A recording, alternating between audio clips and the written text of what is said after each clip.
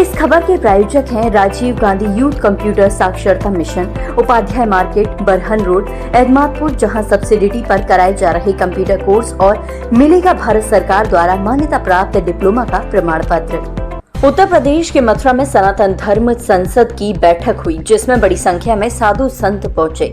ये बैठक ठाकुर देवकीनंदन के नेतृत्व में हुई। मौजूद सदस्यों से 16 नवंबर को दिल्ली में होने वाली विशाल सनातन धर्म संसद में पहुंचने के लिए भी अपील की गई। ठाकुर देवकीनंदन ने बैठक के बारे में पत्रकारों से कहा कि हमें एकजुट होकर अपने धार्मिक और सांस्कृतिक मूल्यों की रक्षा करनी चाहिए। कृष्ण जन्मभूमि सनातन बोर्ड का निर्माण और तिरुपति बालाजी मंदिर में प्रसादम में जानवरों की चर्बी मिलाने की घटनाओं को लेकर हमें सख्त कदम उठाने की जरूरत है। ठाकुर ने कहा कि कृष्ण जन्मभूमि हमारे लिए एक पवित्र स्थल है, इसे सुरक्षित रखना हमारी जिम्मेदारी है। इस संदर्भ में हमें एकजुट होकर अपनी आवाज उठानी होगी। हम सभी को मिलकर ये सुनिश्चित करना चाहिए कि इस भूमि की पवित्रता को बनाए रखा जाए। उन्होंने कहा कि सनातन धर्म के संरक्षण और संवर्धन के लिए एक स्थायी बोर्ड का निर्माण आवश्यक है। ये बोर्ड हमारी संस्कृति, परंपरा और धार्मिक मूल्यों की रक्षा करेगा।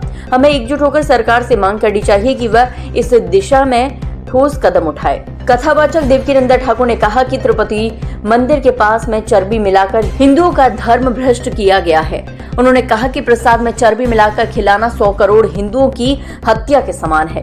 उन्होंने दोषियों को फांसी और आजीवन कारावास जैसी सजा देने की मांग की है।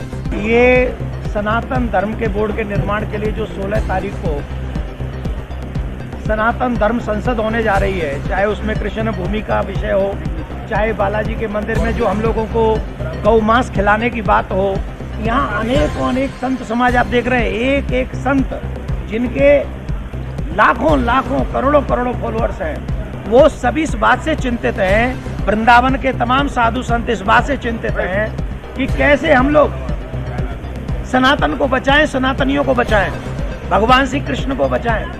भगवान श्री कृष्ण को तो नहीं, कृष्ण भूमि को कैसे बचाएं। और जिस तरीके से वक्फ बोर्ड आगे बढ़ रहा है डे बाय डे, उस हिसाब से हम सनातन बोर्ड की मांग कर रहे हैं और हम भारत के सभी सनातनियों से निवेदन कर रहे हैं, 16 तारीख को खजूरी खास आप अपने सनातन को बचाने के लिए, सनातन बोर्ड के निर्माण के लिए, अपनी संस्कृति, अपने बच्चों को बचाने के लिए एक दिन की छुट्टी लेकर आप लोग पहुंचे। और हर सनातनी से निवेदन है, लाखों पोस्ट करते हो ना, आज से लेके 16 तक हर दिन पोस्ट करो और चलो दिल्ली, अपने सनातन को बचाओ। इस धर्म संसद में लव जिहाद, गौ हत्या, कृष्ण जन्मभूमि को वापस लेने सहित विभिन्न मुद्दों पर चर्चा होगी। उन्होंने लोगों से दिल्ली में होने वाली इस धर्म संसद में पहुंचने का आह्वान किया।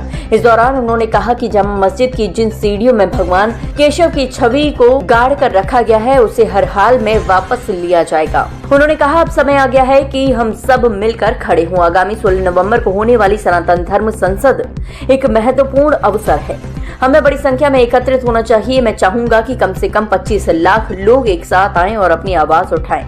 अनेक संत जिनके पास वर्षों का अनुभव है, इस विषय पर चिंतित हैं। वृंदावन के साधु संत भी इस बात को लेकर चिंतित हैं, हम भी, कि हम अपनी धर्म और संस्कृति को कैसे बचाएं। हमें उनके मार्गदर्शन का पालन करते हुए आगे बढ़ना चाहिए। देश में वक्फ बोर्ड एक्ट को लेकर छिड़ी बहस के बीच अब राजस्थान से भारतीय जनता पार्टी के विधायक बाल मुकुंद आचार्य ने अपनी प्रतिक्रिया दी है। उन्होंने कहा कि वक्फ बोर्ड जहां मन में आए वहां अपनी संपत्ति घोषित कर देता है। Bureau report, MBTV। अपने आसपास की हर खबर को सबसे पहले देखने के लिए MBTV चैनल को सब्सक्राइब करें और कमेंट बॉक्स में अपनी राय अवश्य दें। धन्यवाद।